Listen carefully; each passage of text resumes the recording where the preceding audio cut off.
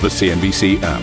Global market news in one place. Customizable sections and personalized alerts. Stocks tracking, interactive charts and market insights all in your hands. Stay connected.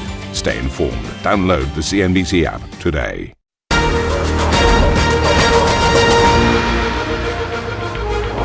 A very warm welcome to Squawk Box. I'm Steve Sedgwick with Arabile Gamede and Annetta, of course, joining us from the ECB in Slovenia. And these are your headlines.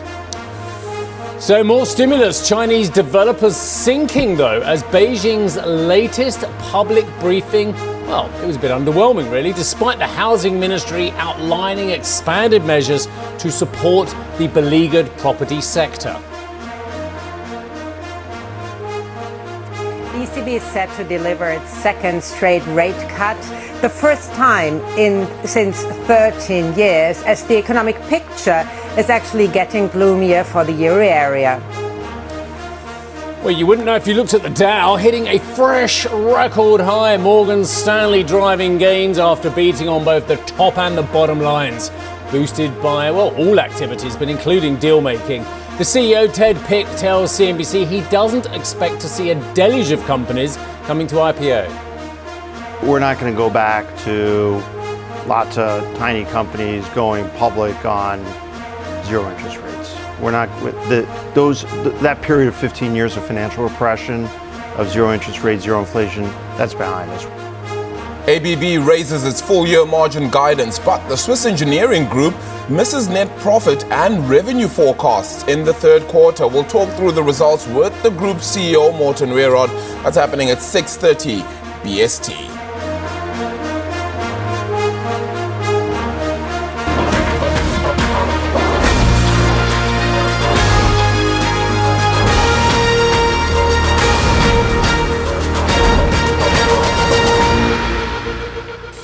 Sounds extraordinary, but it's been a quarter of a century I've been looking at the consumer staples group. Yeah, that's morning to you, by the way. Good morning. Good morning. Yeah, for 25 years. I remember going to a big briefing just down the road from here, actually, a quarter of a century ago, when Unilever, Anthony Bergman's, I think it was at the time, had this great new strategy. It's called Path to Growth, where they were going to change their brands of it. And that was a quarter of a century ago. And what they were trying to do, my point is here, is they were trying to emulate the best in class. The best in class was the company you can see on the strap below me there. That was Nestle. Oh, how things have changed, because Nestle has had an annus horribilis, as the late Queen Elizabeth said. They've had a horrible year. The shares are down 14%. The performance has meant that their price to earnings going forward is now down as low as 17.5, when it was in the 20s at one point as well. So they've had a real problem maintaining growth and indeed keeping margin as well, for a whole variety of reasons, which we can go into throughout the show. But they've just come up with their latest full year numbers. And, well, depends really what you want. The full year organic growth is 2%. Now, I can tell you that the golden figure is somewhere between 4 and 5% historically for this sector. So they are still underwhelming. 9-month organic growth was 2% versus the estimate of 2.5%. The outlook, I beg pardon, for full year is 2% as well. The outlook for full year EBIT margin is 17% as well. Quite frankly, these are not the figures to galvanise these shares to higher levels, from what I've seen on first blush as well. 67.1 billion of revenues. At the 9-month level versus 67.595 expected. So again, underwhelming. Expecting the full year 2024 underlying operating margin to be around 17%. So again, this is a company that is in a turnaround. You've got a new management team there as well. But again, if you're looking for the port in the storm that consumer staples are supposed to be, Nestle has historically been the go-to in Europe. Is it still? I would say on the back of these numbers, they've got a lot of work to do still. Yeah, it certainly looks that way, that's for sure. I was wondering as well, just when you compared it to Unilever and that growth as well that you've actually seen between the two, has it been because of proliferation of brands, or brands that aren't necessarily taken in the same, or is it customers being more conscious of green and the stuff that they're eating? So that complete change has now meant that one portfolio looks better than the other. No, I think they've just made a lot of mistakes. They had various. We had a guest on the show. 10, 15 years ago. So brand is dead. Brand is not dead. Brand will never be dead. Yeah. I don't believe it for one moment. White label's back, and people are just trading down. They don't want the brands. People will always go back to brand if they can. People are always aspirational. That's why we have a luxury goods sector. That's why we have LVMH, which can sell, $20,000 handbags, and then there's still be more demand for it as well. So, but the problem is maybe the wrong product mix as well. They've had issues with some of the production issues on some of these things as well. But you're right, we are amidst change. We are amidst the zeitgeist is, are we going more protein? Are we going more greener products? Are we having more vegetarian products? And getting the balance right is very difficult. But you're absolutely right to draw that comparison with Unilever, which again, for most of this century has been underwhelming compared with Nestle in terms of performance. Well, as you can see, on a 5-year and almost really on the right-hand side of that screen especially, has had a significant outperformance. In the meantime, China a key market for Nestle. It certainly is, right? And let's talk about a turnaround perhaps that could be in store maybe on this side. Chinese stocks coming off session highs, and property firms listed in Hong Kong are sharply lower. That's after a briefing from the country's housing ministry was perhaps light on major actions. We are seeing significant moves then for the CSI 300 because that market actually moved up 5% yesterday. Today, though, as you can see, pretty much the real estate market, they're down 5% then in today's trade. The overall index just around the flat line there. Let's head on over to Sam then, who joins us for a little bit more on this story. Sam, it just feels as though Beijing perhaps pressuring the lenders as well as local governments to provide more funding as opposed to the big bazooka that perhaps was expected from the central government.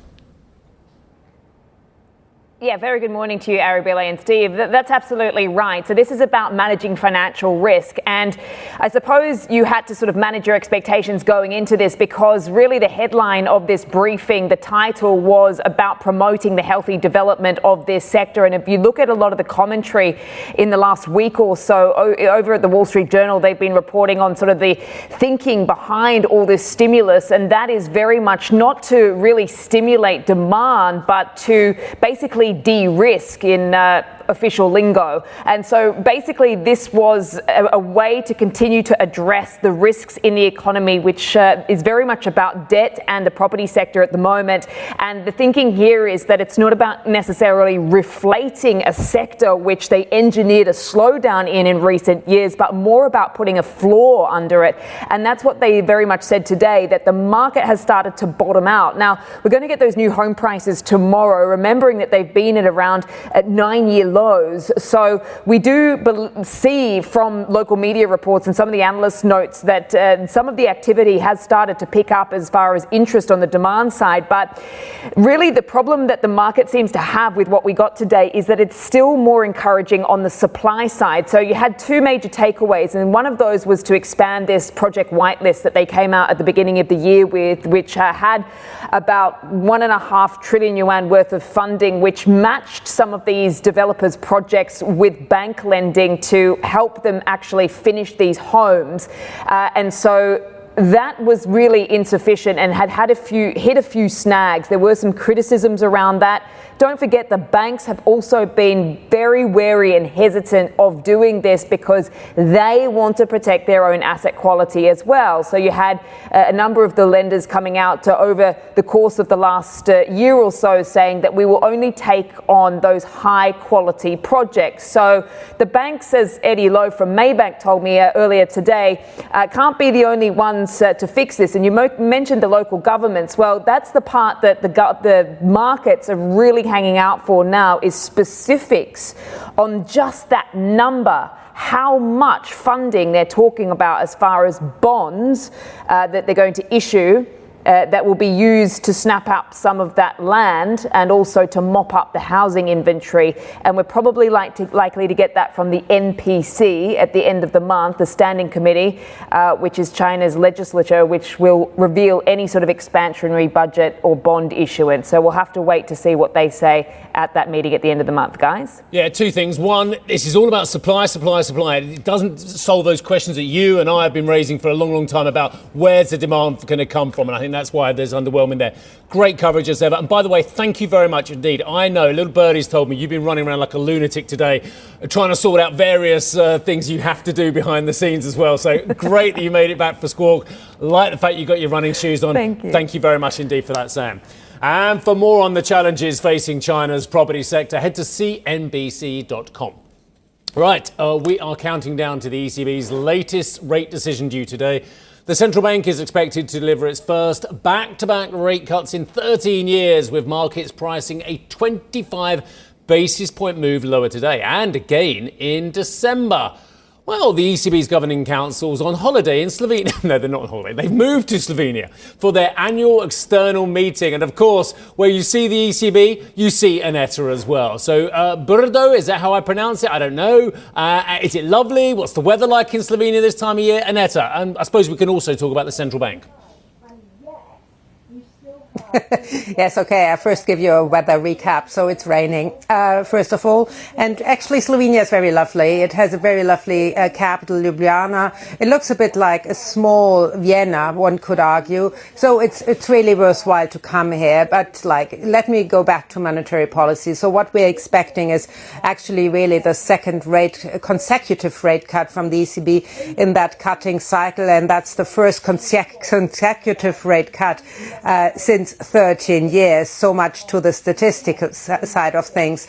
But I think what's really more important is that the market starts to think that this is a watershed moment, that from now on the ECB is going to start to cut every single meeting because the economic picture is getting gloomier. We have the PMI index below the 50 points threshold, meaning it's in contraction, and the manufacturing space getting weaker and weaker. So, and that should also trigger over to the service sector. If you look at what, for example, Deutsche Bank research thinks about the economic growth components, it's manufacturing going down seriously in the third quarter as well. And also the private consumption element is actually in negative territory. So the ECB has achieved what they wanted to have. So the economic sort of pressure on prices has diminished, and most likely sharper than previously expected.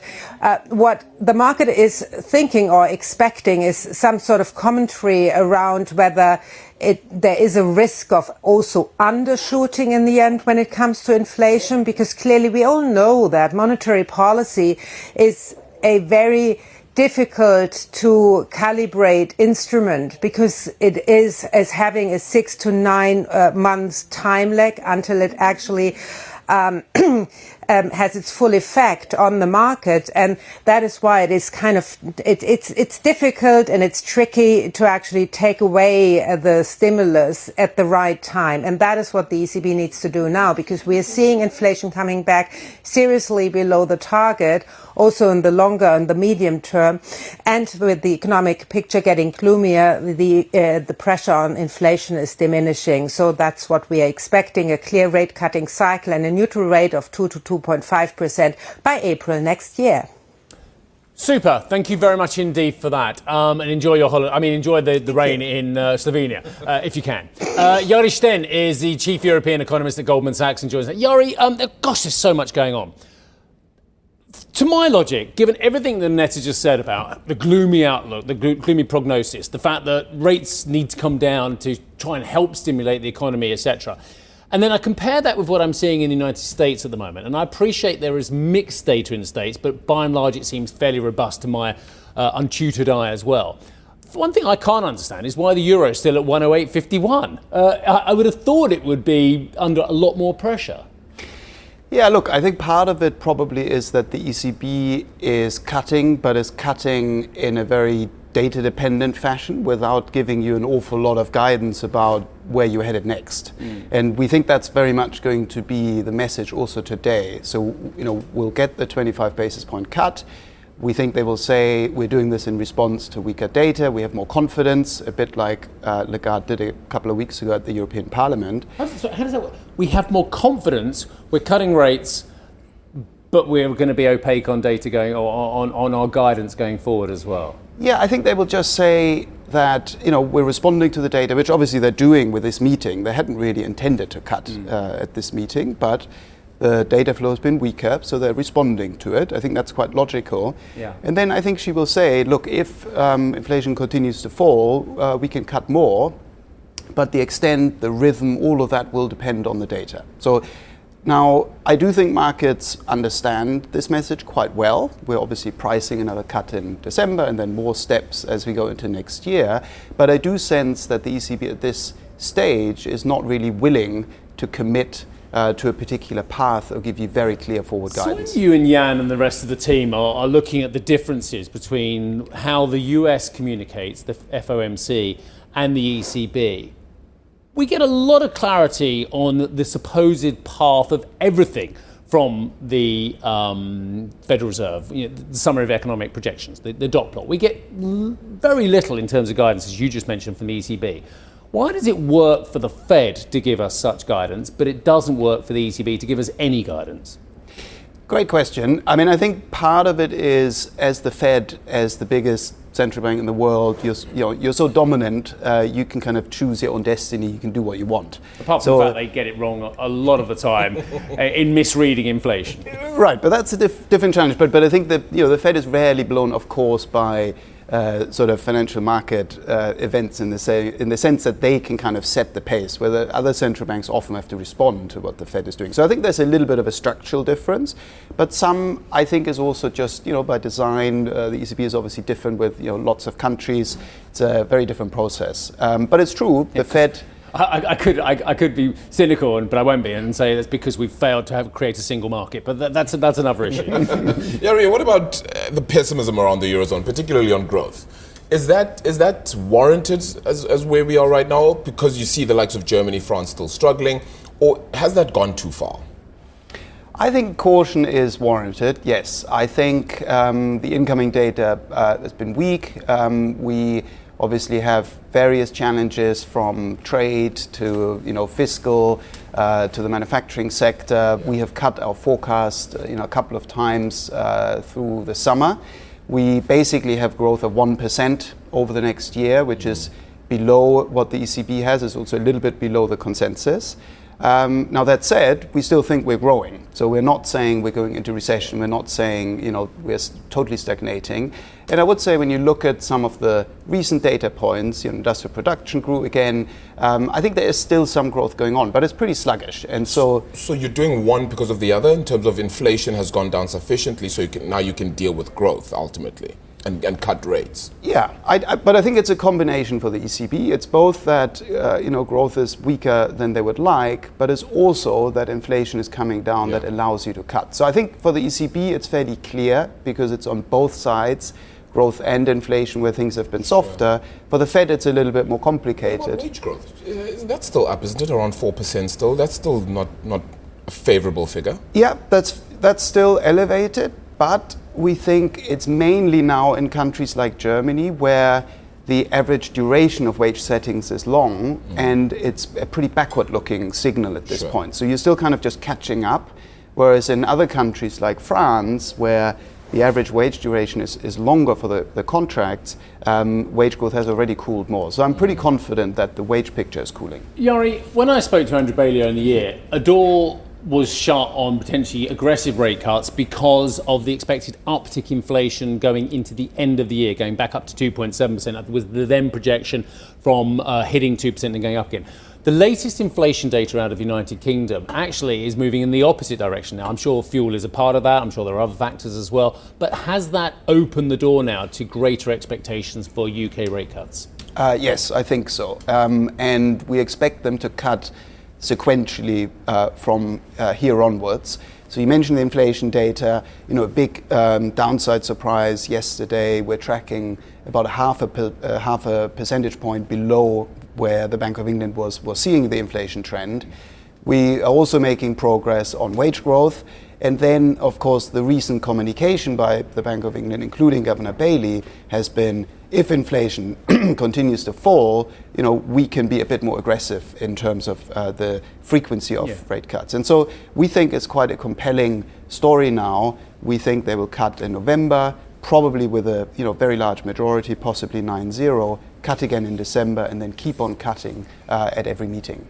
Brilliant. Thank you very much indeed for that. That's very interesting. What is this magic? I've just had an email from Goldman Sachs with your name on it, but you're here, so that couldn't have been. What is this magic? It says a small boost for China's stimulus. Yari Sten, this is you. But I don't understand this. You're here. And the other thing it says, which is interesting, it says you can read the full report. Sven Yari Sten. I didn't know your first name was Sven. There you go. God, there's so many things I'm learning on this show this morning. Sven Yari Sten, thank you very much indeed for your time. Lovely to see you. Chief European Economist at Goldman Sachs. Just to say, this is interesting. Don't miss our live coverage of the ECB's rate decision kicking off at 1 p.m. London time.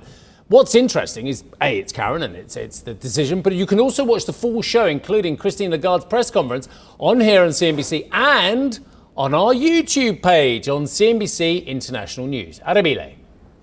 Steve, here's what's coming up on the show then. There seem to be a few cracks in the consumer. Swiss F&B giant Nestlé lowers its full-year sales growth forecast. We'll get another pulse check on the global consumer when French spirits company Pernod Ricard reports results. That's coming up at around 6:30 BST. Plus, strike-stricken Boeing reportedly eyes a restructuring plan as the jet maker tries to shore up its finances amid costly industrial action. And Swiss automation firm ABB raising its full-year guidance after posting a third-quarter operating profit beat. We'll talk through the results with the group CEO, that's Morten Weirod. Don't miss that conversation coming up, 6:30 EST.